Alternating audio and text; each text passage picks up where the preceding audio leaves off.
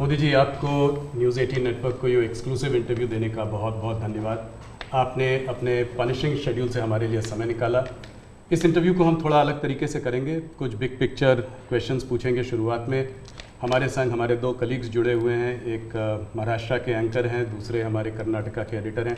ये दो स्टेट्स अहम हैं इस चुनाव में, तो हमने सोचा कि थोड़े सवाल वो भी आपसे करेंगे। शुरू करते हैं। पहला सवाल। सबसे पहले तो आपको और आपके सभी दर्शकों को मेरा नमस्कार। और मुझे अच्छा लगा कि आपने अपने साथ कर्नाटका और महाराष्ट्र को भी जोड़ दिया है, तो एक प्रकार से आपने मेरी मदद की है, वरना तीनों को अलग अलग इंटरव्यू देता तो शायद मुझको और ज़्यादा टाइम देना पड़ता। बहुत धन्यवाद, स्वागत है आपका नेटवर्क 18 थैंक यू भैया। पहला सवाल मोदी जी, हम लोग पूरे देश का भ्रमण कर रहे हैं, इधर उधर जा रहे हैं। हम लोग साउथ में थे, बिहार गए और भी महाराष्ट्र में भी थे, तो हर जगह ये देखा गया है कि चाहे विपक्ष से बात करें, चाहे आपके उम्मीदवारों से बात करें, लोग कहते हैं कि जब मोदी जी यहाँ आएंगे तो सब कुछ बदल जाएगा। अभी कुछ नहीं कह सकते, मोदी जी आएंगे तो हो सकता है स्वीप हो जाए, हो सकता है सीट निकल जाए। तो क्या 2024 के इस चुनाव को हम नरेंद्र मोदी पर एक रेफरेंडम की तरह देख सकते हैं, जनमत संग्रह की तरह देख सकते हैं? अब ये तो सारा खेल मीडिया के लोगों का होता है, किस समय किस प्रकार से एनालिसिस करना। लेकिन मैं इतना कहूँगा कि मैं कोई चुनाव के समय काम करने वाली सरकार नहीं चलाता। आप मेरा 10 साल का रिकॉर्ड देखेंगे तो एवरेज फ्राइडे, सैटरडे, संडे मैं हिंदुस्तान के किसी न किसी कोने में गया हूँ, जनता के बीच में रहा हूँ, और इसलिए मेरा जाना निरंतर चलता रहता है। और चुनाव में मैं मानता हूँ कि लोकतंत्र का उत्सव ऐसा है कि सभी राजनीतिक दलों का कर्तव्य है कि ज़्यादा से ज़्यादा लोगों के बीच जाएं, जाकर के एक प्रकार से प्रशिक्षण का काम होना चाहिए, संवाद होना चाहिए, विचार विमर्श होना चाहिए। तो मैं एक राजनीतिक क्षेत्र के कार्यकर्ता के नाते चुनाव या न हो, मैं इसे अपना कर्तव्य मानता हूँ और इसलिए मैं जाता हूँ। जहाँ तक ये 2 फेज का सवाल है, मैंने ऐसा जन समर्थन बहुत कम चुनावों में देखा है जो मैं इस बार देख रहा हूँ। एक प्रकार से चुनाव जनता जनार्दन लड़ रही है, सुशासन के लिए लड़ रही है, अपने सपनों को साकार करने के लिए लड़ रही है। ऐसा मुझे लगता है, शायद मैं तो शायद एक निमित्त हूँ। इस बार मेरा जरा ज़्यादा उत्साह है लोगों के बीच जाने का, और पहले के तुलना में शायद मैं ज़्यादा बार जाना भी चाहता हूँ, इसलिए कि जो जनता जनार्दन इतने उमंग और उत्साह के साथ इतनी बड़ी जिम्मेदारी उठा ली हो, तो वो जनता जनार्दन को जाकर के उनको प्रणाम करना, नमन करना, उनका आशीर्वाद लेना, ये मुझे अपना कर्तव्य लगता है। और मैं देखता था जो फर्स्ट राउंड हुआ, तो मैंने किसी दोस्तों को कहा था कि पहले राउंड में ये हमारे खिलाफ जो लोग मोर्चा लगा करके बैठने की कोशिश कर रहे हैं, पहले राउंड में वो पस्त हो गए जी। और कल मैंने देखा दूसरे राउंड में ये ध्वस्त हो चुके हैं। यानी पहले लोगों ने पस्त कर दिया, अब ध्वस्त कर दिया। मोदी जी, जब कैंपेन की आपने शुरुआत की थी तो बड़े हाई नोट पे ये कैंपेन की शुरुआत हुई थी। आपने कहा, आपने अपने सरकार के पूरे काम का परिचय दिया, आपने डेवलपमेंट एजेंडा को लेकर आगे बढ़े, इकोनॉमी पर आपने जो है बहुत प्रकाश डाला और इसके ऊपर बहुत काम हुआ भी है।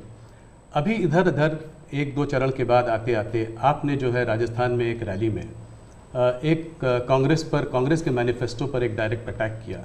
आपने ये तक कहा कि इनका एक स्कीम है जिससे कि ये वेल्थ डिस्ट्रीब्यूट करना चाहते हैं, ये पता लगाना चाहते हैं किसके पास कितनी जमा पूंजी है, किसके पास कितना पैसा है, किसके पास कितना सोना है, सिल्वर है, चांदी है, और उसको वो मुसलमानों में और घुसपैठियों में बांट देना चाहते हैं। क्या ये थ्रेट इतना रियल है? क्या आपको ऐसा दिखता है?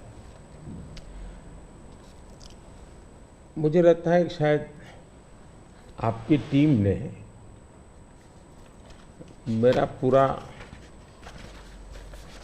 कैंपेन को ट्रैक नहीं किया है, या शायद विकास की बहुत सी बातें ऐसी होती हैं जिसको शायद टीआरपी के हिसाब से बैठता नहीं होगा। लेकिन आपने देखा होगा कि मेरा पूरा इलेक्शन कैंपेन दो चीजों पर केंद्रित है। एक, हमने समाज कल्याण को लिए, लोक कल्याण के लिए क्या काम किए, और सबसे बड़ा फर्क है और सरकारों में ये सरकार में, वो ये है कि लास्ट माइल डिलीवरी ये हमारी विशेषता है। नीतियाँ तो कोई सरकारें बनाती है, कोई सरकार बुरा करने के लिए तो आती नहीं है, अच्छा करना चाहती है। लेकिन कुछ लोगों को अच्छा करना आता है, कुछ लोग अच्छा होने का इंतजार करते हैं। मैं ऐसा हूँ कि मेहनत करके जो अच्छा हो करूँ, मेरा हमेशा ऐसा रहा है। अब देखिए, मैं चुनाव में लगातार बोल रहा हूँ कि हमने गरीबों के लिए 4 करोड़ घर बनाए। मैं इतना लोगों को कहता हूँ कि आप इस चुनाव प्रचार में जाएं तो मेरी मदद करें कि जिसके घर बनाना भी छूट गया हो, हर गांव में एक तो निकलेंगे, उनकी सूची में भेजो, ताकि जैसे ही मेरा तीसरा टर्म शुरू होगा मैं इस काम को आगे बढ़ाना चाहता हूँ। 3 करोड़ घर और मैं बनाना चाहता हूँ। अब आयुष्मान भारत योजना दुनिया की सबसे बड़ी health insurance and health assurance की स्कीम है ये जी। 55 करोड़ लोगों को इलाज का भरोसा कि भाई अब आपको मोदी है, मोदी की सरकार है, 5 लाख रुपए तक का खर्च होगा, संभाल लेंगे। इस बार हमने मैनिफेस्टो में कहा है कि किसी भी वर्ग का, किसी भी समाज का, किसी भी बैकग्राउंड का व्यक्ति क्यों न हो, जिस भी परिवार में 70 से ऊपर की आयु के जो भी व्यक्ति होंगे, पुरुष स्त्री सब, उन सबको हम ये 5 लाख रुपए तक मुफ्त इलाज की सुविधा देंगे। इस बार हमने मैनिफेस्टो में ये भी कहा है कि जो आशा वर्कर हैं, आंगनवाड़ी वर्कर हैं, उनको हम इसका बेनिफिट देंगे। ट्रांसजेंडर जितने भी हैं, किसी भी आयु के क्यों न हो, हम उनको ये बेनिफिट देंगे। तो ये बात हम लोगों को बताते हैं। अब आप देखिए जी, हमारे देश में बैंकों का राष्ट्रीयकरण हुआ, ये जो मिलकर जब्त करने के खेल चल रहे हैं ना जी, पहले कर चुके हैं जी। सारी बैंकें प्राइवेट थी, लूट लिया रातों रात, गरीबों के नाम पे लूटा गया। लेकिन हमारे देश की बैंकें खस्ता हाल हो गई। आधे से अधिक आबादी ऐसी थी कि गरीबों के नाम बैंक तो लिया, लेकिन बैंक खाता नहीं था। ये मोदी ने आकर के 52 करोड़ बैंक के खाते खोले, और उसका सबसे बड़ा मैंने फायदा उठाया। खाते खोल करके आंकड़ा नहीं किया मैंने, जनधन, आधार और मोबाइल, इस ट्रिनिटी को लेकर के direct benefit transfer 36 lakh crore रुपए, आंकड़ा बहुत बड़ा होता है जी। 36 लाख करोड़ रुपए डायरेक्ट बेनिफिट ट्रांसफर लोगों के खाते में गए। अगर मैंने बैंक खाते न खोले होते तो इनका बड़ा फाइनेंशियल इंक्लूजन इस दुनिया में, पूरी दुनिया में एक साल में जितने अकाउंट खुलते होंगे ना, उससे ज्यादा काम हमारे देश में हुआ है। जल जीवन मिशन हमारे देश में जी 3-4% घरों में भी घर में नल से जल आता था, वो भी ज्यादातर अर्बन लोकेलिटी में है। आज 14 करोड़ ग्रामीण परिवारों को नल से जल पहुंचा है। अब ये सारे काम है, 25 करोड़ लोग गरीबी से बाहर ऐसे ही नहीं आए जी। हमने उनको इतना सशक्त बनाया, और मेरी स्ट्रैटेजी यही है कि हम गरीब को इतनी ताकत दें कि गरीब खुद गरीबी को परास्त करे। और जब गरीब अपने मेहनत से गरीबी को परास्त करता है ना, उसके बाद उसको गरीबी में वापस नहीं जाना, ये संकल्प बन जाता है। और वो देश की शक्ति बन जाता है। आज हमें फायदा है, 25 करोड़ लोग गरीबी से बाहर आए, बहुत बड़ा अचीवमेंट है जी, दुनिया इसकी तारीफ कर रही है जी। और ये एक मॉडल बनेगा, ये जो डेवलपिंग कंट्रीज है उनके लिए मॉडल बनेगा जी। अब देखिए 2014 के पहले क्या हाल था। 2014 के पहले आपके सारे मीडिया वाले निकाल दीजिए, फ्रेजाइल फाइव यही हेडलाइन होता था जी। आज जी हम वाइब्रेंट इकोनॉमी बन गए। IMF ने दुनिया के 150 देशों का समूह, जिसमें चाइना भी है, हिंदुस्तान भी है, जिसको हम कहें कि एक डेवलपिंग कंट्रीज है या जो इमर्जिंग इकोनॉमी वाले देश हैं, ऐसा का एक समूह का उनको क्लासिफाई करके उन्होंने उसका एनालिसिस किया। बड़ा इंटरेस्टिंग है, यानी एक प्रकार से ये इंडिया का पीयर ग्रुप हम कह सकते हैं। अब देखिए क्या एनालिसिस है। 1998 इंडिया पर कैपिटा GDP इस पीयर ग्रुप से 30% के आसपास थी, यानी पूरा 150 देशों का देश है। उस समय अटल जी की सरकार थी, 98 में अटल जी की सरकार है। 98 से 2004 अटल जी के अपने कार्यकाल में ये 30% को 35% ले गए। अच्छा प्रोग्रेस हुआ, लेकिन दुर्भाग्य देखिए जी 2004 में ये सब खिचड़ी कंपनी आ गई और ये खिचड़ी कंपनी ने अटल जी की मेहनत जो थी उस पर पानी फेर दिया। 35% को 30 पर ले आ गए वो लोग। यानी इन सारी कंट्रीज ने भारत से ज्यादा अच्छा परफॉर्म किया और हमने बुरा किया। यूपीए की सरकार में भारत डेवलपिंग वर्ल्ड की अपेक्षा और गरीब हो गया। हमसे गरीब थे वो भी हमसे आगे निकल गए। लेकिन 2014 में हम आए, सरकार बनने के बाद 2019 तक में आपको खुशी होगी हम 30 पर से 37 पे पहुंचा दिया और 24 तक मैं जब पहुंचा हूं ये मामला 42% पहुंच गया है। यानी 30 छोड़ा था, हम 42 ले और ये हाईएस्ट है जी। यानी हमारी इनकम दुनिया के और देशों की अपेक्षा बहुत तेजी से बढ़ी है। अगर आप 10 साल के कालखंड में इन्फ्लेशन को भी ले, जो महंगाई की इतनी चर्चा करते हैं ना, तो ये 10 साल सबसे कम इन्फ्लेशन वाला कालखंड रहा है। ये मैं इतना सारा जो कहता हूं और हकीकत के आधार पर कहता हूं, कठोर परिश्रम करने के बाद अचीव किया है जी। पूरी सरकार को मोबिलाइज किया है और लक्ष्य को पार करने के लिए जी जान से जुड़ गए हैं। उसके बावजूद भी मोदी क्या कहता है? मोदी तो कहता है ये तो ट्रेलर है, मुझे तो और आगे जाना है और नई नई आकांक्षाएं और मैं बहुत तेजी से बढ़ना चाहता हूं देश को लेकर के। और कांग्रेस का जहां तक मैनिफेस्टो है, कोई मुझे बताए क्या चुनाव के अंदर पॉलिटिकल पार्टियों के मैनिफेस्टो ये कोई शोपीस के लिए होते हैं क्या? सचमुच में तो मीडिया का काम है कि हर एक पॉलिटिकल पार्टी के मैनिफेस्टो की बारीकी से जांच पड़ताल करें। मैं इंतजार कर रहा था कि मीडिया करे। पहले दिन मैंने एक कमेंट तो कर दिया था जी, मैं कोई आज कर नहीं रहा जी, कि भाई मुझे मैनिफेस्टो देख करके लगता है कि इस पर पूरी तरह मुस्लिम लीग की छाप है। तो मुझे लगा कि मीडिया चौंक जाएगा, जो एनालिसिस करने वाले चौंक जाएंगे, लेकिन पता नहीं अब उनकी व्यस्तता कुछ और है। मैनिफेस्टो में उनकी तरफ से जो परोसा गया उतना ही गुड़ी उछालते रहे। फिर मुझे लगता भी ये तो इकोसिस्टम का बड़ा मिलीभगत लगता है। अब मुझे सच्चाई लेकर जाना पड़ेगा।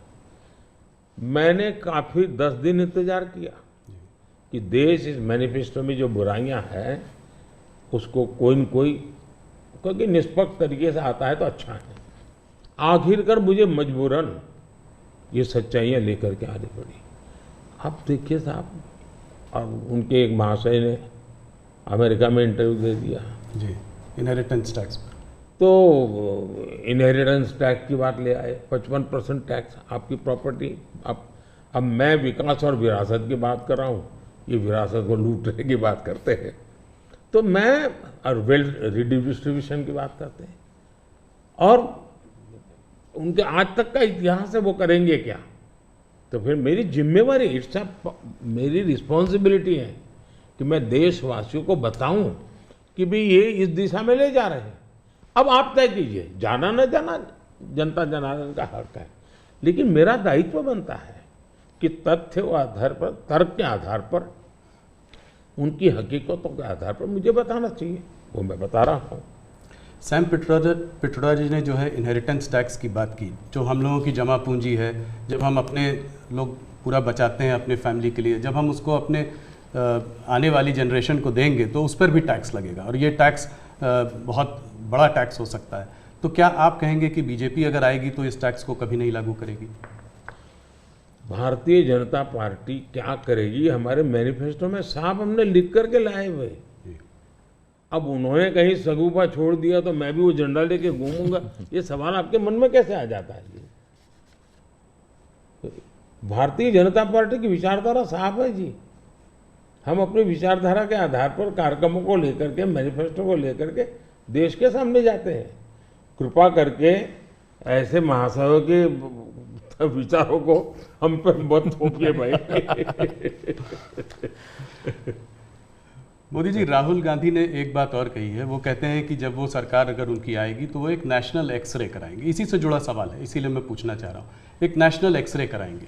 बात सिर्फ कास्ट सेंसस की नहीं है जो कि वो करते आए हैं, उस पर भी मैं आपका मत जानना चाहूँगा, मगर बात वो कहते हैं इससे आगे है, बात कास्ट की नहीं, बात जस्टिस की है। और वो कहते हैं कि हम जो है एक सोशियो इकोनॉमिक सर्वे लाएंगे, एक इंस्टीट्यूशनल सर्वे लाएंगे, और उसमें देखेंगे कि किसके पास किस जाति और किस उस वर्ग के पास क्या है, कितना धन है, कितनी इंस्टीट्यूशंस में भागीदारी है, और उसके बेसिस पर हम इस पूरे सिस्टम को रीडिस्ट्रीब्यूट करेंगे। इसको आप कैसे देखते हैं? सबसे पहले तो इस देश में जो लोग अपने आप को राजनीति के एक्सपर्ट मानते हैं, जो लोग देश के उतार चढ़ाव को बड़ी बारीकी से अध्ययन करते हैं, सबसे पहले उनका दायित्व है कि वो ऐसे लोगों को पूछे कि जिस परिस्थितियों का वर्णन आप कर रहे हो, अगर ये सही है तो 50, 60, 65 साल तो आपने राज किया भाई, ये मुसीबत के जो जन्मदाता आप हो, और आपने अब तक ये बर्बादी लाई क्यों? पहले उनका जवाब मांगो भाई, नंबर 1। नंबर 2, एक्सरे का मतलब क्या है जी? मतलब हर परिवार में जाना, घर घर छापा मारना, अगर किसी अनाज के डिब्बे में किसी महिला ने अपने गहने छपा के रखे हैं, उसको भी एक्सरे किया जाएगा, उनके गहने ले लिए जाएंगे, जमीनों का हिसाब किताब किया जाएगा, और फिर उसको रिडिस्ट्रीब्यूट करेंगे। ये दुनिया में एक माओवादी विचार ने सब किया हुआ है, दुनिया बर्बाद हो चुकी है जी।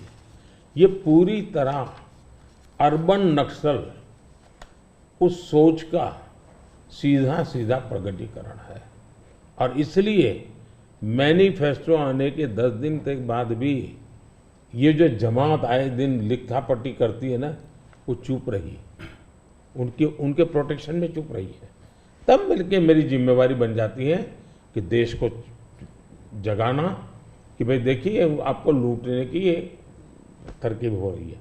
और दूसरा पार्ट है, डॉक्टर मनमोहन सिंह जी वगैरह, उन्होंने हर बार कहा है कि भाई जो भी संपत्ति होगी इस पर पहला अधिकार किसका होगा। तो हिसाब किताब बहुत साफ है, वो क्या करना चाहते हैं।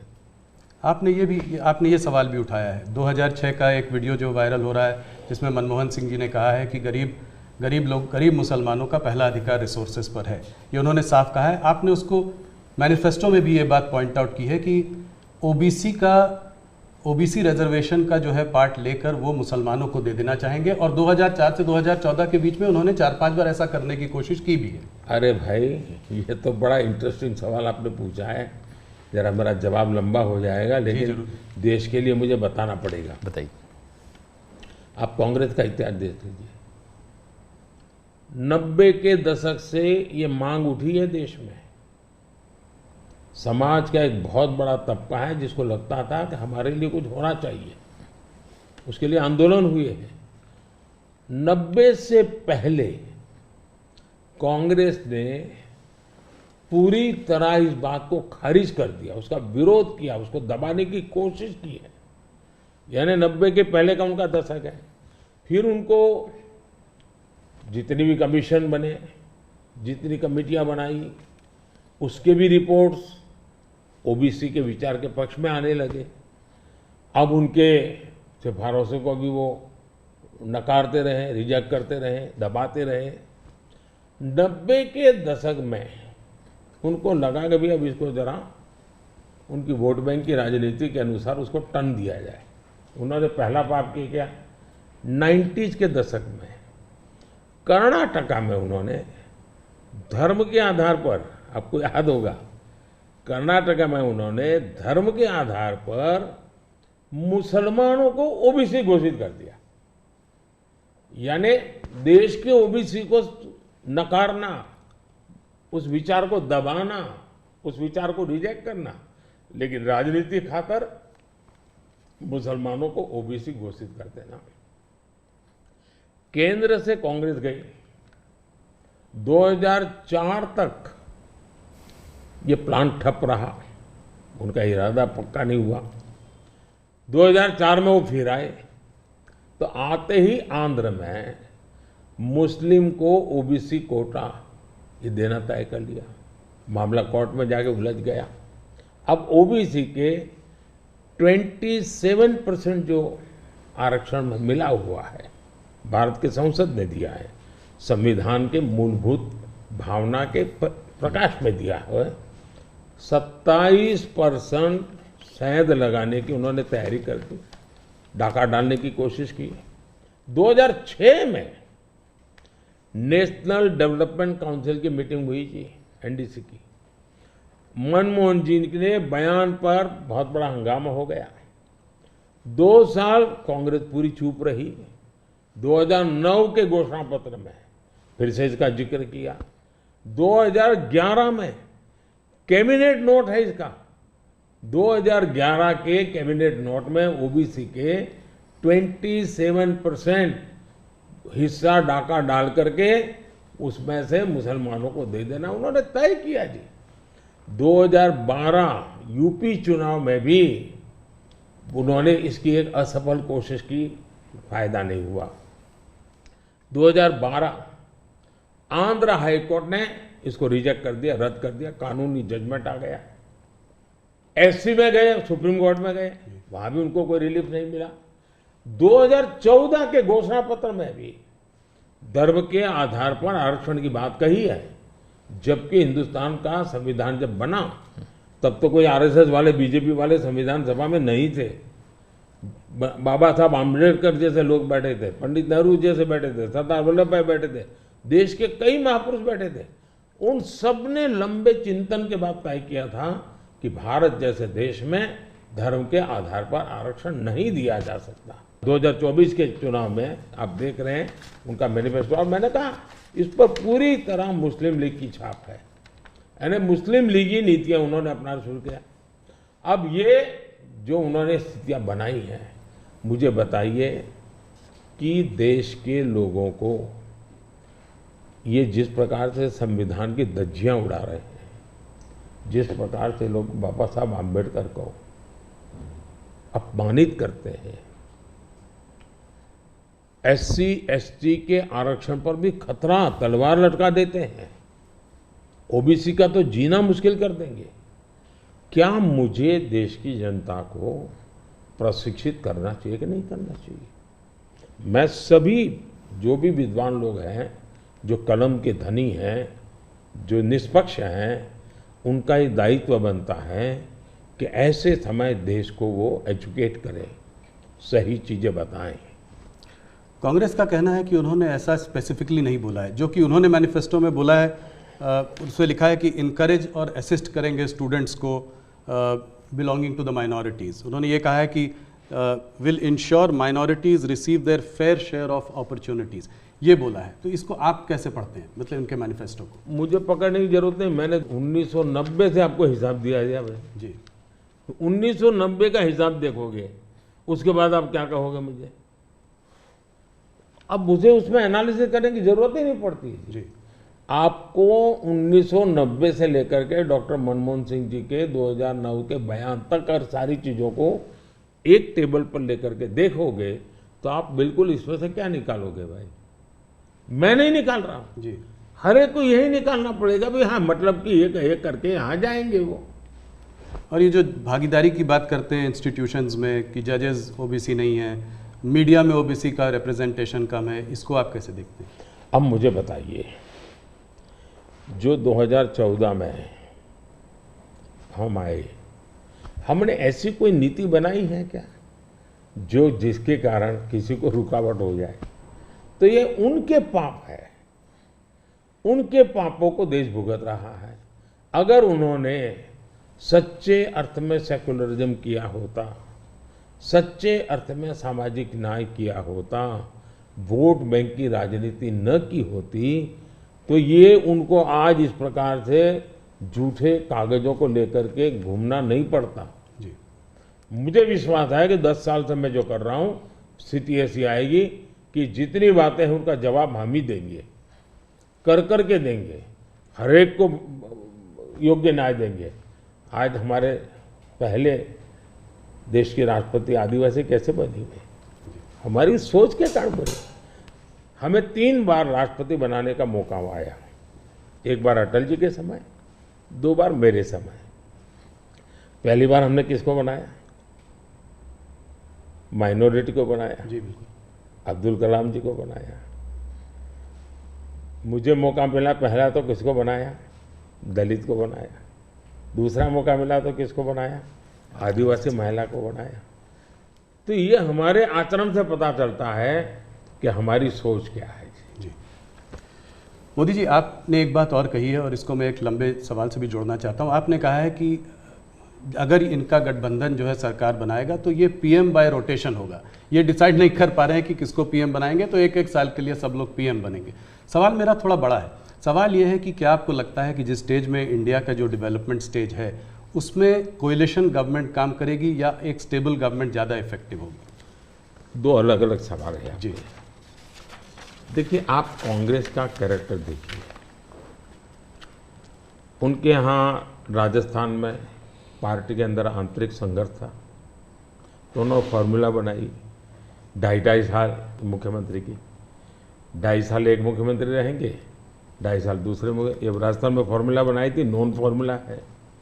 छत्तीसगढ़ में ऐसा उनकी पार्टी के भीतर झगड़ा हुआ तो वहाँ भी उन्होंने फॉर्मूला बनाई कि 2.5 साल एक, 2.5 साल दूसरा, और उन्होंने मामला संभाल करके गाड़ी चलाई। और ये भी सच्चाई है कि 2.5 साल के बाद वो मुकर गए। जी। यानी खुद की पार्टी के साथ धोखा किया, खुद की पार्टी के अंदरूनी धोखा करने की उनकी प्रवृत्ति, वो तो एक। इसका मतलब ऐसी फॉर्मूला कांग्रेस के दिमाग में होना ये प्रूवन है उसमें। और मैंने अभी कहीं मीडिया में पढ़ा, उनकी कोई छोटी सी मीटिंग हुई थी, मीडिया में पढ़ा मैंने, और उसमें ये कहा कि भाई अब आज के स्थिति जब मोदी बार बार पूछ रहा है कि भाई इतना बड़ा देश किसको सुपुर्द करे, आपका नाम तो होना चाहिए ना, इतना बड़ा आप किसी का भी नाम दीजिए जी। कोई तो नाम देना पड़ेगा ना। अरे क्रिकेट की टीम होती है वो भी कैप्टन बताती है, कबड्डी की टीम होती है वो भी कैप्टन बताती है। भाई आप बता नहीं रहे हो कि इतना बड़ा देश दे किसको।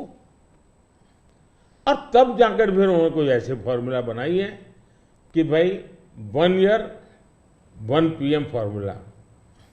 अब एक पीएम 1 साल रहेगा तो आएगा, पूरी नई सरकार बनाएगा, कैबिनेट बनाएगा, तो फिर शपथ समारोह चलते रहेंगे 5 साल, और क्या होगा जी।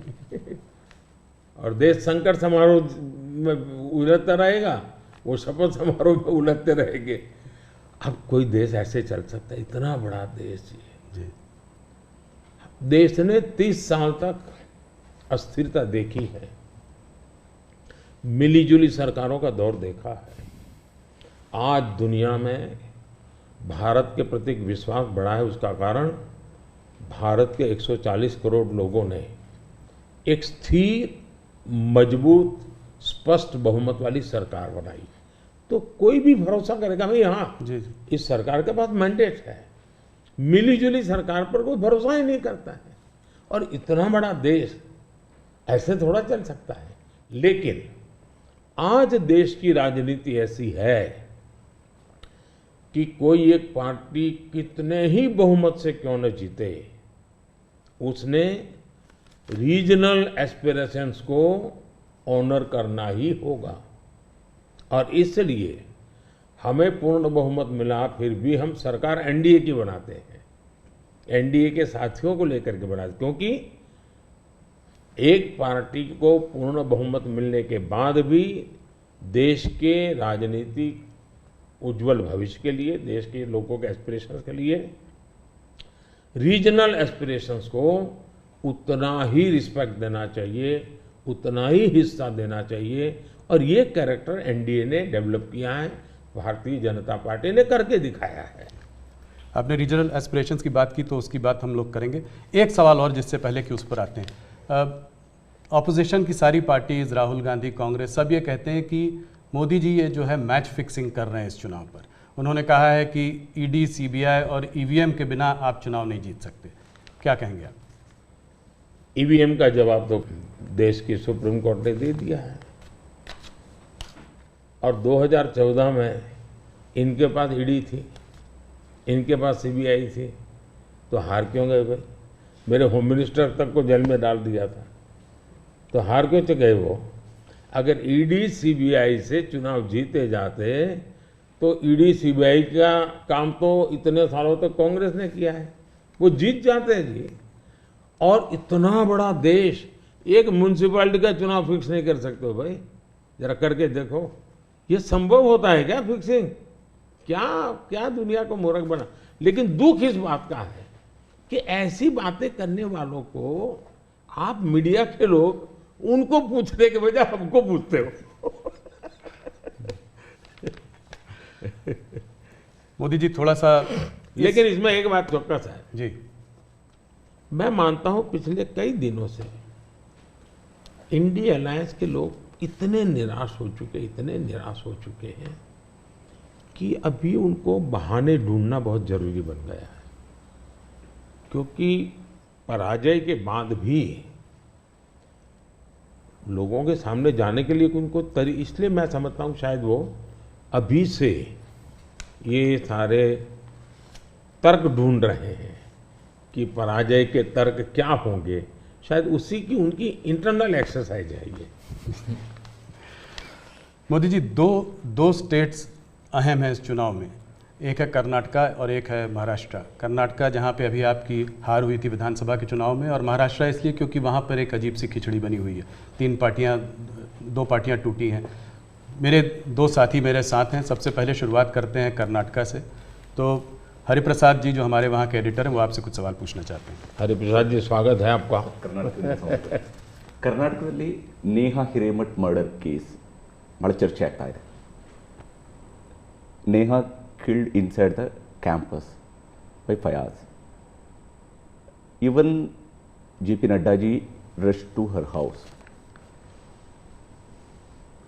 आप क्या सोच रहे हैं, ये अभी ये फोकस शिफ्ट हो रहा है क्या? कर्नाटक का चुनाव का फोकस ऐसे इश्यूज को शिफ्ट हो रहा है?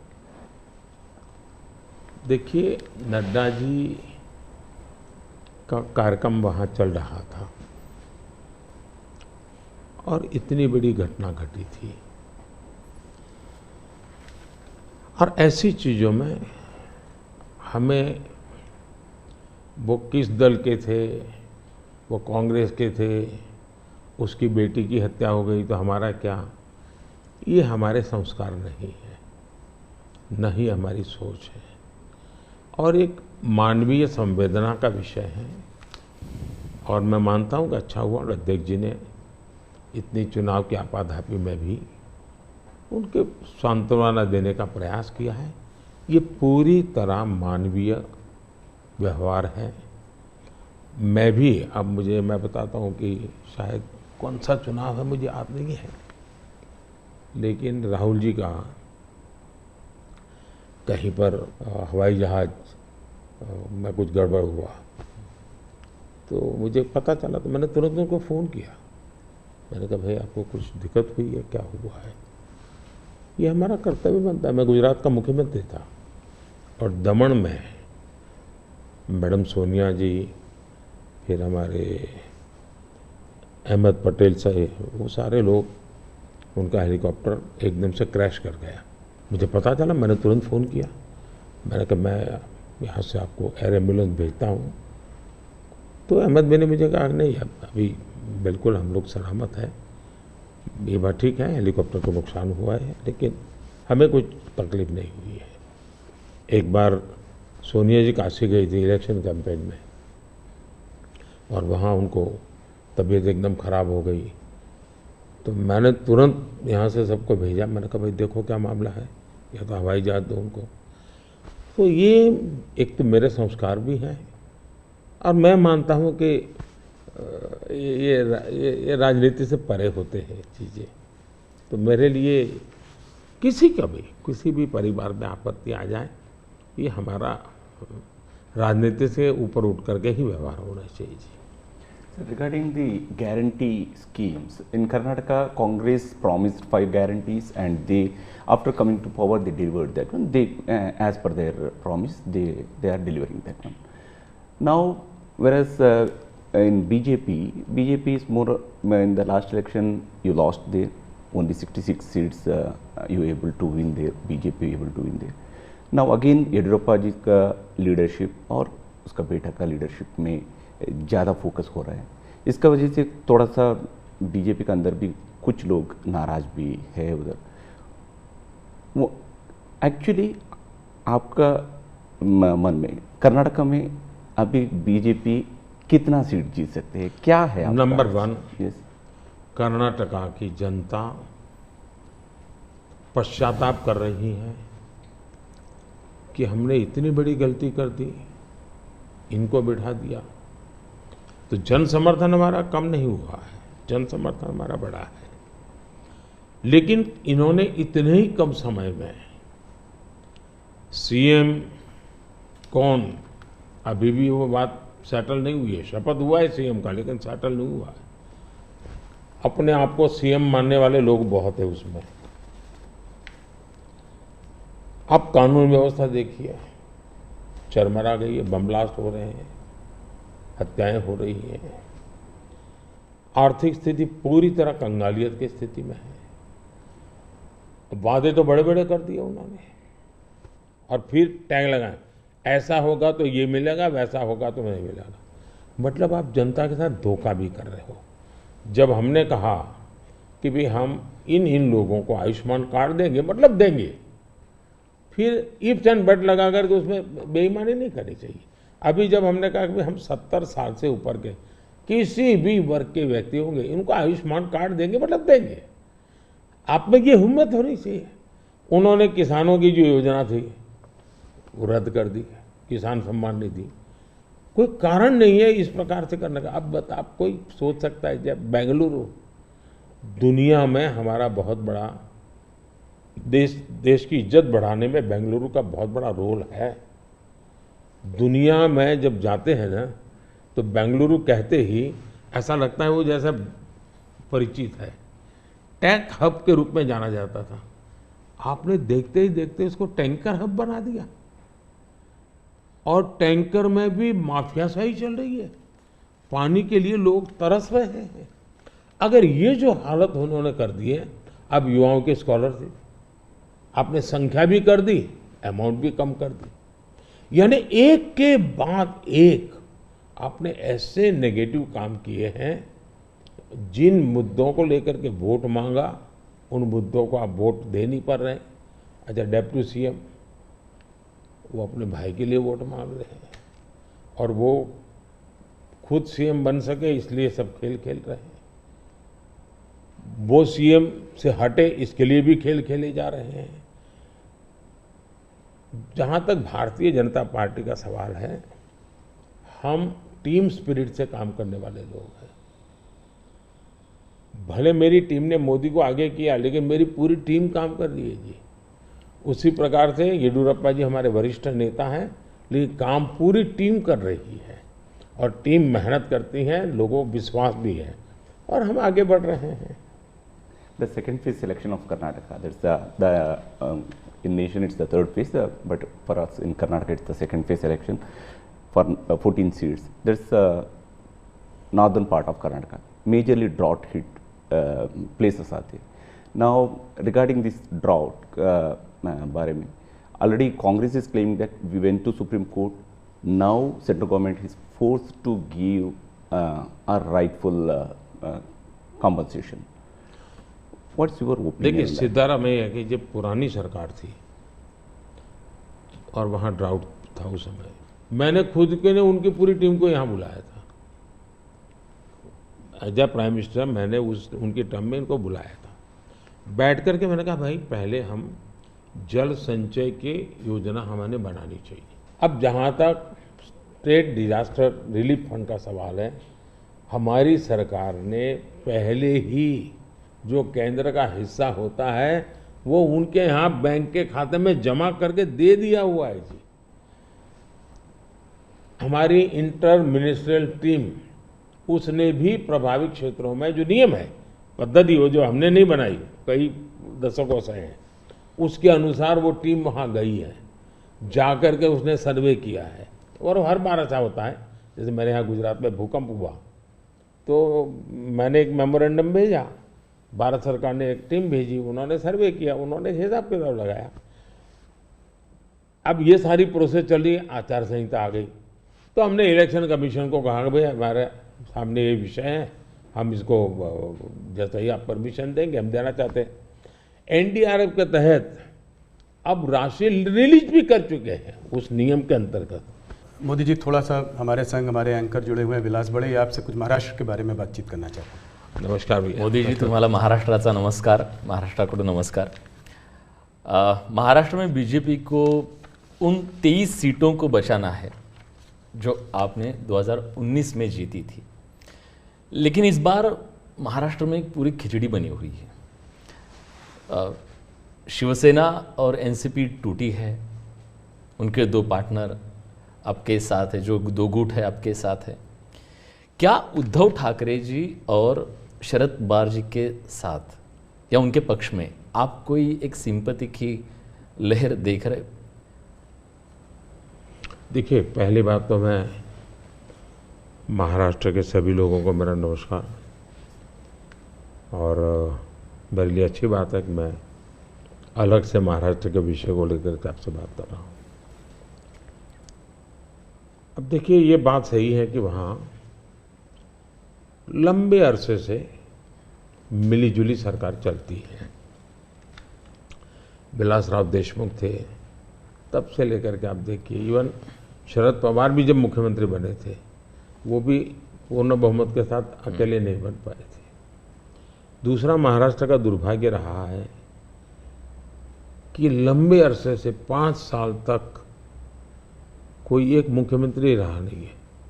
एक भी व्यक्ति 5 साल में, देवेंद्र फडणवीस पहले व्यक्ति थे लंबे अरसे के बाद जो एक पूरा कार्यकाल मुख्यमंत्री रहे, और पूरी सरकार बेदाग रही, पूरी सरकार लोगों का भला करने वाली सरकार रही। अब सिंपैथी हमारे साथ होनी चाहिए कि जो लोग हमारे साथ चुनाव लड़े, जो लोगों ने हमारे साथ चुनाव लड़ करके महाराष्ट्र के लोगों से वोट मांगा, लेकिन मुख्यमंत्री बनने के खुद के व्यक्तिगत महत्वाकांक्षा के कारण और उसमें अहंकार भर गया, इसके कारण आपने बाला साहब ठाकरे के जमाने से बनी बनाई इस जोड़ी को धोखा दे दिया, और उसका लोगों को गुस्सा है, बीजेपी के प्रति सिंपत्ति है। दूसरा, शिवसेना के अंदर जो तूफान खड़ा हुआ या एनसीपी के अंदर जो तूफान खड़ा हुआ, वो साफ साफ दिखता है कि जब आप अपने परिवार के लोगों को ही प्राथमिकता देते हैं और बाकियों को नहीं देते हैं, तो कभी न कभी तो कठिनाई पैदा होती है। शरद राव के घर में जो मुसीबत है उनके पारिवारिक झगड़ा है, भतीजा संभाले कि बेटी संभाले। यहाँ भी इनका झगड़ा यही है कि भाई और कोई सक्षम नेता ऊपर आए कि खुद का बेटा भले अभी जैसे यहाँ एक परिवार में कांग्रेस के चल रहा है उस पर, तो वो झगड़ा उनका है जी। और मैं मानता हूँ हमारा देश इस प्रकार के पारिवारिक झगड़ों के प्रति नफरत करता है, सिंपैथी नहीं करता है। तो ये बिल्कुल ही आप सिंपैथी शब्द लेकर के सिंपैथी दिलवाने की अगर कोई कोशिश करता है तो मैं समझता हूँ वो भी फेल जाने वाली है। लोग नफरत करते हैं, लोग ऐसी चीज़ों को स्वीकार नहीं कर सकते कि भाई ये तुम्हारे घर के झगड़े तुम घर में निपटो ना, महाराष्ट्र को क्यों बर्बाद कर रहे हो। तो गुस्सा है। दूसरी बात है, जहां तक आज शिंदे जी के नेतृत्व में जो सरकार चल रही है, भारतीय जनता पार्टी का ज्यादा सीटें होने के बाद मैंने में त्याग किया है। त्याग महाराष्ट्र की भलाई के लिए किया है। कुछ लोगों को लगता था कि हम सीएम बनना चाहते हैं, नहीं, पर हम सीएम बन सकते, नहीं बने हैं। महाराष्ट्र की जनता को हमने कन्विंस किया है कि हम महाराष्ट्र के लिए जीते हैं, हमारे लिए नहीं जीते हैं। और इस चुनाव में ये सिंपैथी हमारे पक्ष में है कि इतना बड़ा दल, एक मुख्यमंत्री सफल रहा हुआ मुख्यमंत्री, वो आज डिप्टी सीएम बन करके भी एक प्रकार से खुद के सम्मान को छोड़ करके आज भारतीय जनता पार्टी सिर्फ और सिर्फ महाराष्ट्र के उज्जवल भविष्य के लिए। और मैं मानता हूं हमारे देश में बंगाल बर्बाद हो गया, कोलकाता एक इकोनॉमी को ड्राइव करता था, लेकिन वहाँ इस प्रकार की उठापटक की राजनीति ने बर्बाद कर दिया। बिहार और उत्तर प्रदेश अस्थिरता की राजनीति ने तबाह करके रख दिए थे। महाराष्ट्र को इस हालत में जाने नहीं देना चाहिए। मुंबई देश की आर्थिक राजधानी है, हमें देश हित में भी महाराष्ट्र में मजबूती के साथ आगे बढ़ना चाहिए। और ये बात हम महाराष्ट्र की जनता को समझा रहे हैं, उनको कन्वे कर रहे हैं, और महाराष्ट्र की जनता बहुत पॉजिटिव रिस्पॉन्स दे रही है जी। ओके। महाराष्ट्र में बीजेपी, शिवसेना और एनसीपी की महायुति बनी है, लेकिन इस चुनाव में आखिरी समय तक सीटों की खींचातान बहुत चल रही है।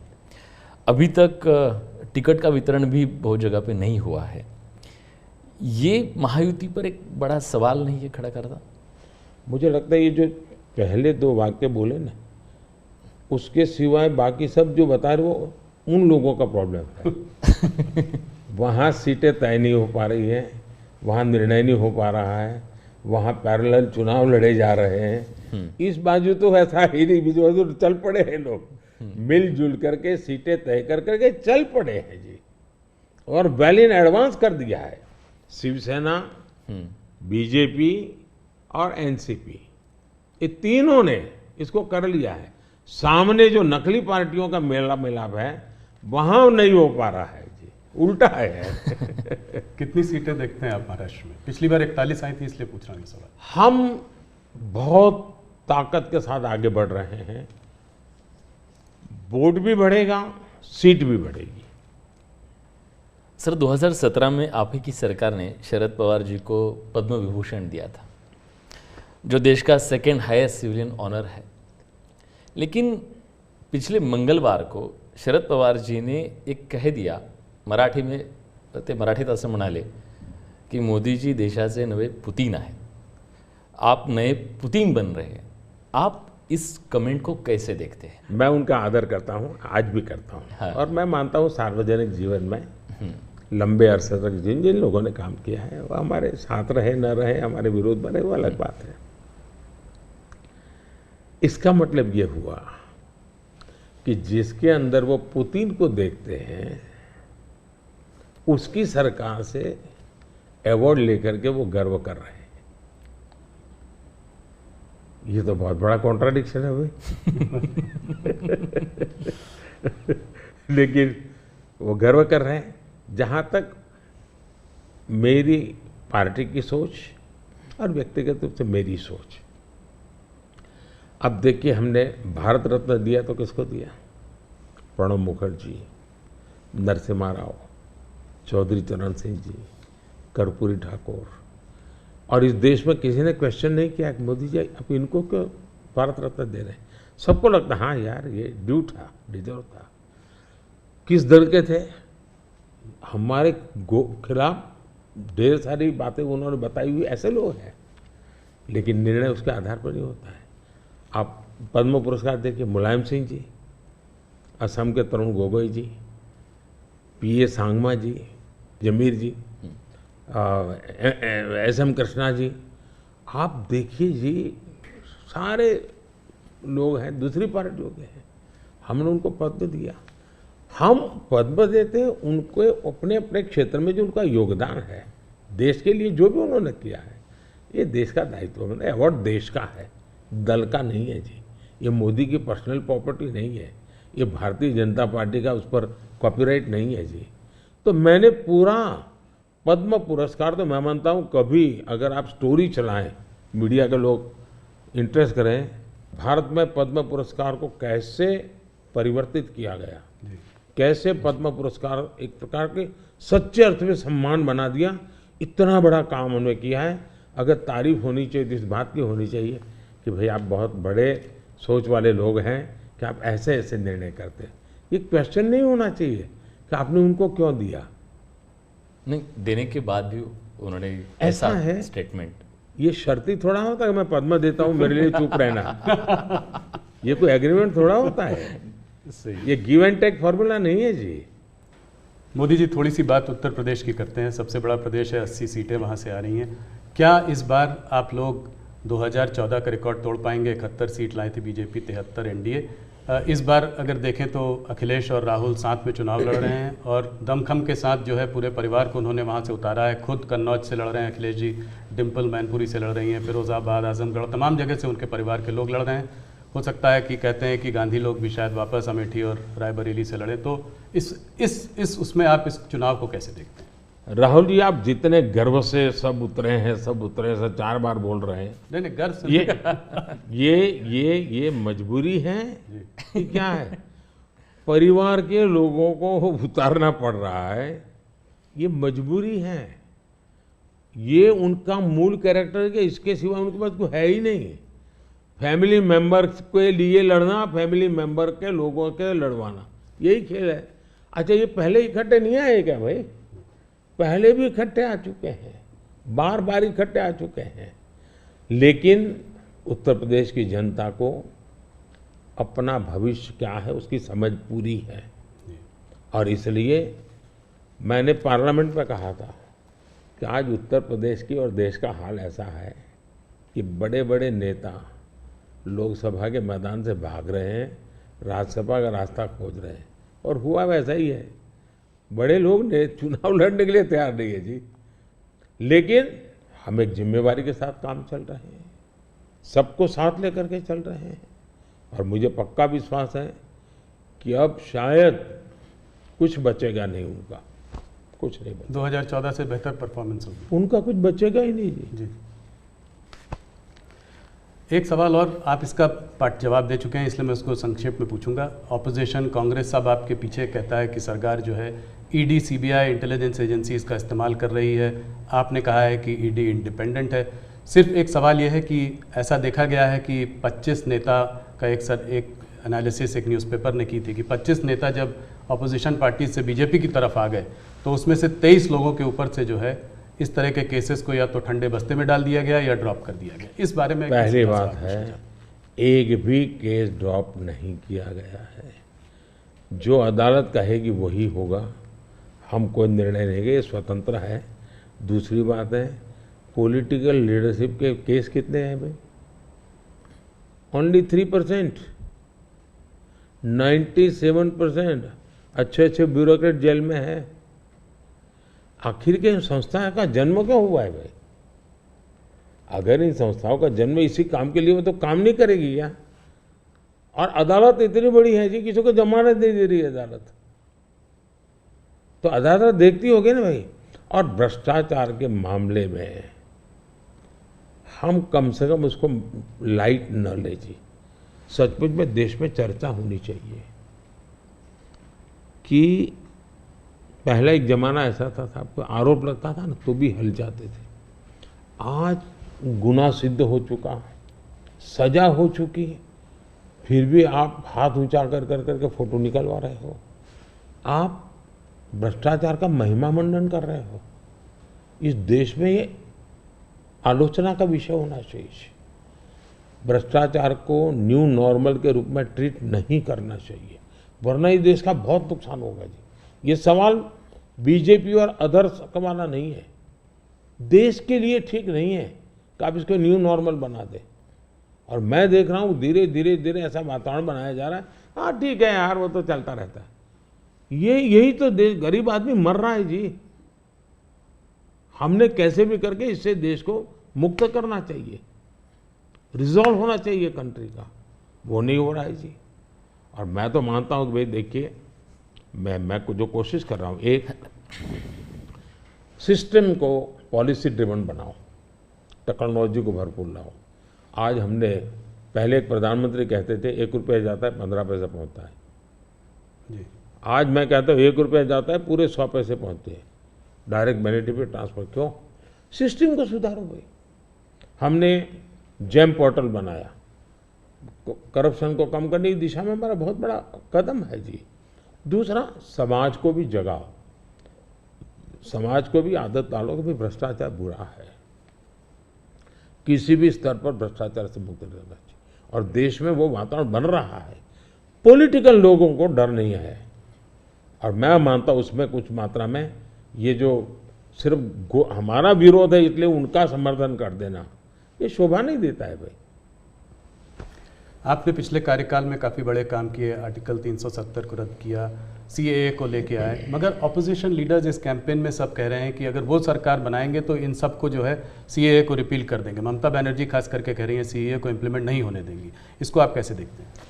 पहली बात है कि जिसको भारत का संविधान समझ है, जिसको भारत के फेडरल स्ट्रक्चर का पता है, किसके पास कौन काम है वो सब पता है, वो कभी ऐसी बात बोलेंगे नहीं, क्योंकि ये उनके अधिकार क्षेत्र का विषय ही नहीं है जी। अगर मोदी भी राज्य का मुख्यमंत्री होता है तो नहीं कर सकता है जी। जो भारत सरकार के विषय हैं वो भारत सरकार करेगी, जो राज्य सरकार के विषय होते हैं वो राज्य सरकार करेगी। लेकिन जनता को मूर्ख बनाने की फैशन हो गई है, जनता को अंधेरे में रखने, इसलिए वो कुछ भी बोलते रहते हैं। दूसरी बात है, मैं चैलेंज करता हूं कांग्रेस पार्टी कल प्रेस कॉन्फ्रेंस करके बता दें कि हम 370 वापस लाएंगे, क्योंकि 370 हटने के बाद ये लोग संविधान की इतनी बड़ी बातें करते हैं ना, बाबा साहब अम्बेडकर के नाम पर हमको इतनी गालियां देते हैं। हिंदुस्तान में बाबा साहब अम्बेडकर का संविधान पूरे देश में लागू नहीं हुआ था। जम्मू कश्मीर में 70 साल तक भारत का संविधान नहीं लगा है। ये हमने आकर के भारत के संविधान, और वहाँ दलितों को पहली बार आरक्षण मिल रहा है जी। वाल्मीकि समाज वहाँ रहता है, वहाँ पहली बार आरक्षण मिल रहा है। ये सब क्या बातें करते हैं जी। और उनकी हिम्मत है क्या, वो प्रेस कॉन्फ्रेंस करके बोले कि हम 370 फिर से वापस लाएंगे। हिम्मत है तो कोई भी दल हिम्मत है तो आ जाए मैदान में। मोदी जी, बंगाल की तरफ चलते हैं। वेस्ट बंगाल में जो है इस बार चुनाव काफ़ी जोरों में लड़ाई हो रही है। पिछली बार जब आप 2019 में 18 सीट लाए थे 42 में, तो लोग चकित रह गए थे, लोगों को उम्मीद नहीं थी कि आप 18 सीट लाएंगे। इस बार आपके एक नेता ने कहा है कि 36 सीट आ सकती है। राजनाथ जी ने मुझसे इंटरव्यू में कहा था कि 36 सीट आ सकती है। कैसे देख रहे हैं इस वक्त माहौल को? देखिए, जहां तक लोगों का चकित वाला जो आप कह रहे हैं ना, उनका प्रॉब्लम यह है कि मुझे 10 साल हो गए, अभी भी वो मानने को तैयार नहीं कि देश की जनता ने मोदी नाम के किसी व्यक्ति को प्रधानमंत्री बनाया। तो ऐसी एक जमात है जो देश के मैंडेट को स्वीकार करने को तैयार नहीं है जी। अब हकीकत है भाई कि देश की जनता हमको समर्थन दे रही है। आपने हिसाब लगाया था नहीं होगा नहीं होगा, वो तो आपकी गलती थी जी। हमारे तो लोगों के साथ संपर्क है। और मैं मालदा में था, मैंने जी मैं हैरान था कितना बड़ा जबरदस्त वहां माहौल था जी। अब जनता जनार्दन का विश्वास बन रहा है कि देश में एक स्थिर मजबूत सरकार है। बंगाल में भी उसका परिणाम अच्छे मिले और टीएमसी के शासन में महिलाओं पर जो अत्याचार हो रहे हैं, संदेश खाली की जो घटना है, पूरे देश को हिला दिया है जी। और उसका गुस्सा निकलना ही निकलना है मतदान में। आखिर जनता के पास तो मताधिकार है, उससे से अपना गुस्सा निकालेंगे। तो गुस्सा निकलना है, बहुत स्वाभाविक है।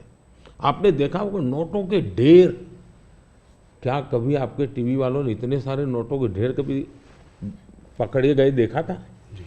पिछले कुछ सालों में आप लगातार 50 करोड़ के ढेर, 300 करोड़ के ढेर, 250 करोड़ के ढेर, 200 करोड़ के ढेर, देश चौंक गया है जी।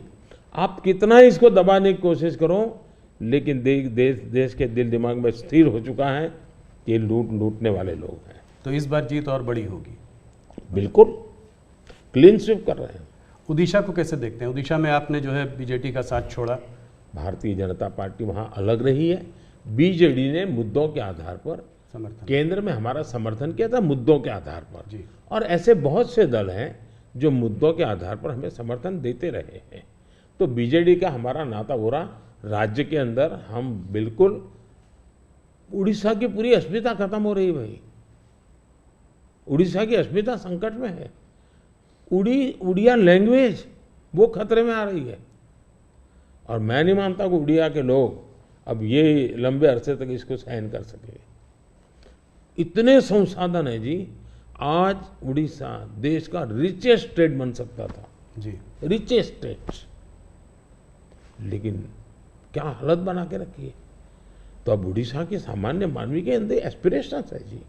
और मुझे लगता है कि हमें सेवा का मौका मिलना चाहिए। हम उड़ीसा को कहां से कहां पहुंचा कर देंगे। उड़ीसा से बात बिहार की भी करते हैं। बिहार में आपने फिर नीतीश जी के संग वापस जो है आपका गठबंधन उनके साथ है, उस गठबंधन के साथ लड़ रहे हैं। कैसे देखते हैं? पिछली बार 39 सीटें थी आपकी 40 में, क्या इसको रिपीट कर पाएंगे? पहले एक तो हम चुनाव असेंबली का साथ लड़े थे जी, बाद में वो कहीं गए, फिर वापस आए। तो हम जो जनता का मैंडेट है उसके अनुसार साथ में है जी, जहाँ तक जन समर्थन का सवाल, कल मैं बिहार में ही था, जी, जो जन समर्थन मैं देख रहा हूँ जी, अनप्रेसिडेंटेड। इतनी गर्मी में कोई पैंडल नहीं, कुछ नहीं, जी, और लाखों लोग जिस प्रकार से इस बात से जुड़े हुए हैं, मैं साफ देख रहा हूँ जी कि बिहार में पहले हम एक आध सीट शायद हार जाते थे, शायद इस बार एक भी नहीं हारेंगे। 40 में 40, एक भी नहीं हारेंगे। बहुत बड़ा बयान है। हाँ। मोदी जी, एक आध पर्सनल सवाल आपसे करना चाहूँगा। आपने बहुत इलेक्शन देखे हैं, आप गुजरात में लंबे समय रहे हैं, ये आपका तीसरा चुनाव है सेंटर में। मैंने देखा है कि समय समय पर चुनाव से आप पर पर्सनल अटैक अक्सर होते जाते हैं। कहीं पे कभी बोला जाता है मोदी को गोली मार दो, कभी बोला जाता है सर फोड़ दो। अभी हाल फिलहाल में राहुल गांधी ने भी आप पर आपको कुछ ऐसे शब्द बोले हैं जो कि पर्सनल अटैक के तौर पर उनको भी देखा जा सकता है। ये ऐसा मोदी के साथ क्यों होता है? मोदी के साथ क्यों हो रहा है इसका जवाब तो मेरे पास नहीं है, लेकिन ये सवाल मोदी को क्यों पूछना चाहिए? ये सवाल इस देश में चर्चा का होना चाहिए कि सार्वजनिक जीवन में आखिर मोदी का गुनाह क्या है? वो पीएम बना वही गुनाह है ना। मतलब आप जो भी गाली देते हैं प्रधानमंत्री को दे रहे हैं। अब प्रधानमंत्री को इस प्रकार से सर फोड़ देंगे, या कभी मेरी माँ को गाली देना, कभी ये। और मैं हैरान हूँ जी, भारत के राष्ट्रपति पर भी किस प्रकार का कटाक्ष किया गया था। शर्म आए इस प्रकार की भाषा का प्रयोग किया था। मैं हमेशा मानता हूँ जी, मतदाता ही मेरा परिवार है, देश ही मेरा परिवार है, और मैं सकारात्मक राह से जा रहा हूँ। लेकिन जो ऐसा कर रहे हैं उस पर तो मैं आप लोगों पर छोड़ता हूँ, देशवासियों पर छोड़ता हूँ कि इन लोगों की तरफ कैसे देखना चाहिए। मोदी जी, अगर एक सवाल मैं ये समझना चाहूँ कि ये जो तीसरा टर्म होगा आपका, वो पहले दूसरे से अलग कैसे होगा? पहला कार्यकाल मेरा कैसा गया, तो मैं सामान्य मानवी की जो ज़रूरतें थी उनको मैं एड्रेस करना चाहता था। मैंने उस दिशा में काम किया, और उस समय देश के अंदर एक निराशा का वातावरण था, सरकार के प्रति नफरत का वातावरण। भाई सरकार यानी निकम्मी, मुझे विश्वास भर रहा था। मैंने उस पर काम किया, मजबूती लाया। जो दूसरा कार्यकाल था वो मैंने कुछ परिणाम दिखाए, लोगों को विश्वास भर दिया कि हम आगे बढ़ सकते हैं, हम दुनिया के अंदर एक कॉन्फिडेंस लेवल आया है देश में। वो कॉन्फिडेंस एक बहुत बड़ी ताकत है। अब आगे जो मेरा कार्यकाल है, मुझे ये जो हताशा में से विश्वास में परिवर्तित हुआ, आकांक्षा में परिवर्तन हुआ, जो एस्पिरेशंस के अंदर परिवर्तित हुआ, अब मुझे देश को तीसरी आर्थिक महाशक्ति बनाना है। लेकिन ये जब मैं 11 से 5 पे लाया, उसी की कंटिन्यूटी है जी। जी ये मैं 5 वर्ष और निकम्मा और 3 वाला अच्छा, ऐसा नहीं हो सकता जी। तो पहले मनमोहन सिंह के समय पर 11 तक थे, हम जोर लगा करके 5 पर ले आए, अब जोर लगा करके 3 पर ले जाएंगे। तो हम हर चीज़ में कंटिन्यूटी करना चाहते हैं। अब जैसे बिजली, हमने बिजली पहुंचाने का बड़ा अभियान चलाया, बिजली पहुंचा दी। अब मेरा लक्ष्य है पीएम सूर्यघर योजना और 0 बिजली बिल, और मैं हर घर पर सोलार सिस्टम लगे, और मैं सिर्फ बिजली का बिल 0 चाहता हूँ, इतना ही, मैं 3 चीज़ें चाहता हूँ। एक, हर परिवार का बिजली का बिल 0 हो। दूसरा, अतिरिक्त बिजली जो हो वो बेचे, कमाई करे। तीसरा, जमाना इलेक्ट्रिक व्हीकल का आएगा। मुझे आत्मनिर्भर होना है एनर्जी के सेक्टर में, और इसलिए मैं चाहूँगा जिसके पास भी स्कूटी हो, मोटर हो, जो भी हो, उसका चार्जिंग अपने घर में ही हो जाए और सोलार से हो जाए। मतलब आज उसका जो ट्रांसपोर्टेशन का महीने का 1000-2000 रुपया खर्चा आता है, वो भी 0 हो जाए। ये त्रिविध बेनिफिट नागरिक को और देश को, पर्यावरण का बेनिफिट, देश को आज पेट्रोलियम इंपोर्ट करने का जो अरबों अरबों डॉलर जा रहे हैं बाहर, वो बंद हो जाएगा। तो मल्टीपल बेनिफिट वाला योजना। अब जैसे स्टार्टअप हब, मैन्युफैक्चरिंग हब बनाना है मुझे, इनोवेशन हब बनाना है, यानी मैं एक बिल्कुल नए एरिया पर देश को ले जाना चाहता हूँ, और बड़े कॉन्फिडेंस का, और विजन मेरा क्लियर है, मुझे कोई दुविधा नहीं, मेरे पास तय है। नेक्स्ट 100 डेज जो है, 4 जून के बाद 100 डेज में मुझे क्या काम करना है, अभी से मेरे पास क्लियर है। 5 साल में क्या करना है, क्लियर है।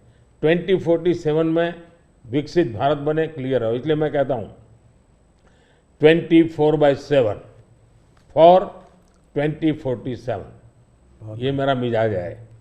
इस पर अलग से एक चर्चा करनी पड़ेगी आपको हमारे ग्रुप के साथ। आज विलास मुझसे सुबह एक सवाल पूछ रहे थे, मैंने कहा आप मोदी जी से खुद ही पूछना डायरेक्ट। आपने आपकी पूरी यात्रा में बहुत सारी कठिनाई का सामना किया है।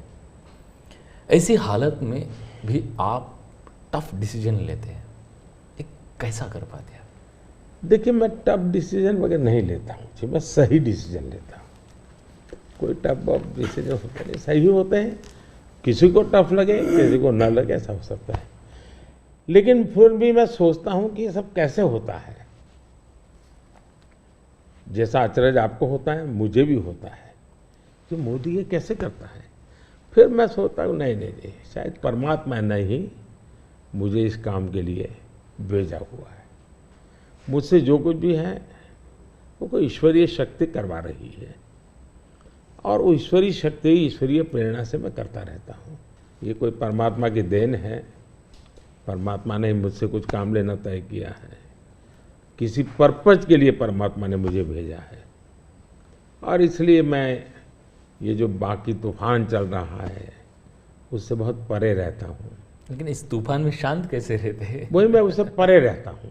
मुझे शायद परमात्मा ने यही राह दिखाई है कि तुम उन चीज़ों में मत उलझो, तुझे कोई बड़ा काम करना है, तुम अपने काम में लगे रहो। तो परमात्मा का निर्देश है, परमात्मा की इच्छा है, परमात्मा की योजना है, और शायद ये उसी का मैं एक निमित्त हूँ, कुछ नहीं हूँ। Thank you. इसी से जुड़ा सवाल था कि आपको हम लोग देखते हैं, हमको आपका शेड्यूल मिलता है, आप इतना ट्रैवल कर रहे हैं, दिन में 5, 4, 6 रैली, वो भी कोई इस प्रदेश में तो कोई दूर दूसरे प्रदेश में, तो इस सब में आप फिट कैसे रहते हैं? कौन सी ऐसी शक्ति है जो आपको ये दृढ़ संकल्प दे रही है आगे बढ़ने का? पहली बात तो मैंने कहा ना कि ये मैं नहीं कर रहा हूँ, ये ईश्वर ने तय किया हुआ है। ईश्वर ने मुझे शायद इसी काम के लिए भेजा है। क्योंकि मैं जिस परिवार में पैदा हुआ हूँ जी, मेरी माँ ने कुछ पढ़ी लिखी नहीं थी, उसे स्कूल नहीं देखा था, मेरा कोई पॉलिटिकल बैकग्राउंड नहीं है, और इतना बड़ा देश, इतना काम ईश्वर नहीं करेगा तो कौन करेगा जी। और मेरे लिए दो ईश्वर हैं, एक जिसको हम देख नहीं पाते हैं और दूसरे वो जो जनता जनार्दन है। मैं जनता जनार्दन को भी ईश्वर का ही रूप मानता हूँ, और दूसरा परमात्मा के प्रति मेरी अपार श्रद्धा है। शायद परमात्मा ने मुझे इस काम के लिए भेजा है, जनता जनार्दन ने आशीर्वाद दिया है, शक्ति दी है। जहाँ तक मैं काम क्यों कर पाता हूँ, मैं मेरे लिए जीता नहीं हूँ, न मैं मेरे लिए जन्मा हूँ। तो मेरे मन में हमेशा रहता है कि मुझे जितना समय मिला है उसका पल पल मैं देश के काम आऊँ। जहाँ तक मैं दौड़ता मैं मानता है लोकतंत्र एक बहुत बड़ा उत्सव है, फेस्टिवल है जी। ये जनता जनार्दन के दर्शन करने का अवसर है जी। हमें मौका लेना चाहिए, जितना जनता जनार्दन के दर्शन कर सकते करना चाहिए। लोकतंत्र का एक उत्सव है जिसमें संवाद होना चाहिए जितना ज़्यादा। तो मैं इसको एक, वैसे हम घर में कोई बड़ी पूजा करते हैं ना, कैसे इन्वॉल्व होते हैं, मेरे लिए पूजा का समय है। मेरे 140 करोड़ देवता, उनकी मैं पूजा कर रहा हूँ, उस भाव से मैं चलता हूँ, लगा रहता हूँ उनमें, वो खप जाता हूँ और थकता नहीं हूँ, भगवान को देख के आता हूँ। मोदी जी बहुत बहुत धन्यवाद आपका, आपने अपने समय, इतना समय निकाला। आपके नारे की तरह इस बार हमारा भी एक नारा है, अगली बार सिर्फ न्यूज़ 18 पर आर पार। बहुत बहुत धन्यवाद, आपने हम लोगों को समय दिया। चलिए, बहुत बहुत धन्यवाद। धन्यवाद। सगळ्यांना माझे नमस्कार। सगळ्या महाराष्ट्रातल्या जनतेला